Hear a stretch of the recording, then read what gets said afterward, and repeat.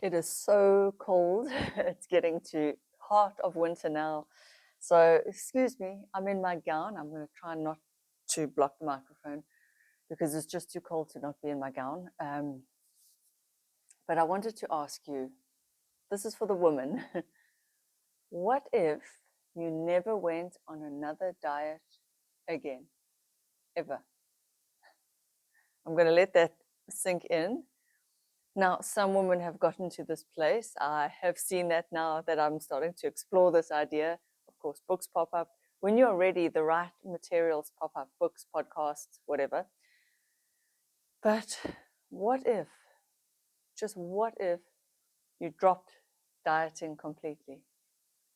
I know, like I'm still grappling with this novel concept, and it should not be a novel concept. It should be that's what we do. We do not diet, we just eat when we are hungry and then we stop when we are full. It shouldn't be that women are constantly on a diet, off a diet, feeling guilty for breaking their diet, for searching for the next diet. It shouldn't be that way.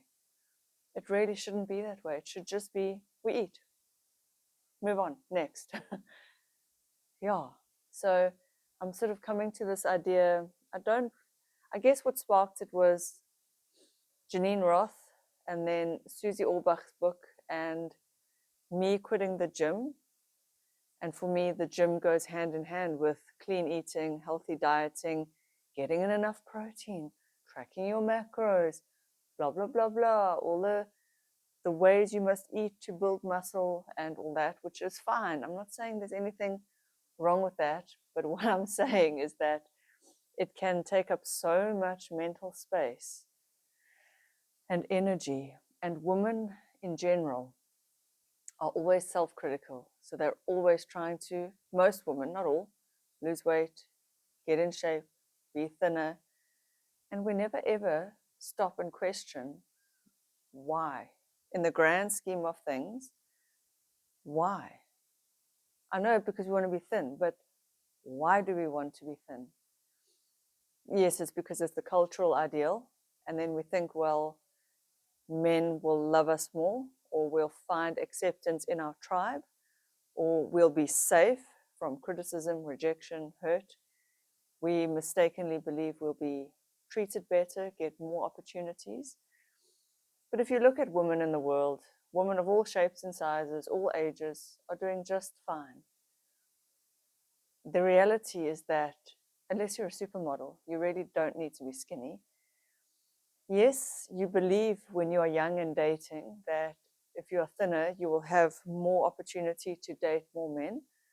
And maybe that is true. I can't say objectively whether that's true, but if as a culture and a society we dropped this reverence for being thin, men would also drop it. It's because they are shown the same images that we are shown. We're all shown the same images in movies, media, advertising. So we are all brainwashed into thinking thin is good. But like I've said before, hundreds of years ago, the curvy, plus size, fat, whatever you want to say, voluptuous woman, she was in vogue. And so it's just an ideal. It's just how society views these things. And I've been thinking about this morning. If I had a daughter, and I don't, maybe thank goodness. If I had a daughter, would I want her to do all the things mentally that I have done and go through all the things mentally that I've gone through just to try and be a little bit thinner? No. No, I would not want that for a daughter. And so I am sure if you're a mother, you would not want your daughter to feel the way you feel about your body, about your size, about your looks, about your beauty, about your wrinkles, about your hair, about your fill in the blank, whatever you don't like about yourself. I know for me, if I had a daughter, so I'm assuming mothers everywhere want this for their daughters. If I had a daughter, I would want her to just embody herself as she is. I would want her to say, fuck, this is me. This is what I got. I mean, the body you have is a roll of the dice. It's the genetic makeup of your two parents into you. You have no control over it, not in the grand scheme of things. You can do surgery, of course, but you can only do surgery on what already exists. So even there's a limitation. You cannot change ethnicity. You can change your height, but I guess those surgeries are really scary. But you do bone lengthening surgeries. But in general, the package you have is the package you have within reason.